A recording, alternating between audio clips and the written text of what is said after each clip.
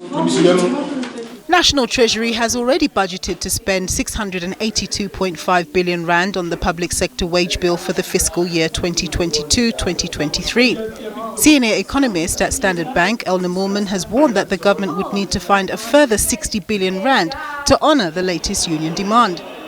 Finding more money from the taxpayer is tricky in these economic times, while National Treasury has been trying to reduce the debt it takes out in the open market. And the government is being strongly urged not to rely on the recent commodity boom that's helped to lift the country's coffers. One of the mistakes that we made in the past is to assume that a commodity boom would continue and would have strong revenue growth, and therefore we spend as if the revenue growth would continue. Whereas this time around, they are a little bit more cautious and saying we don't know how long this is going to last. Let's rather rein it in, get things under control, just get the fiscal position sustainable again, and then we can reconsider the options. The government has been trying to bring down spending on the public sector wage bill.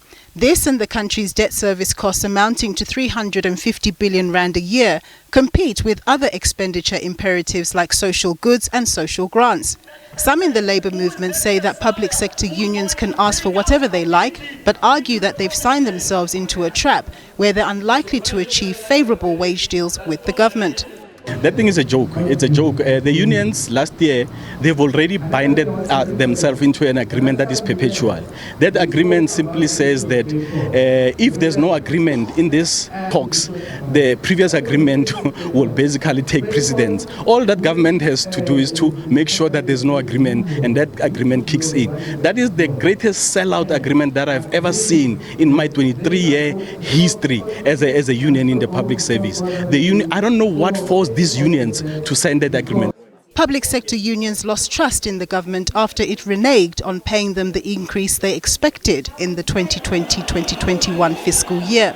They now seek to negotiate their work pay and conditions on an annual basis to avoid disappointment. Nampumelelo Siziba, SABC News, Johannesburg.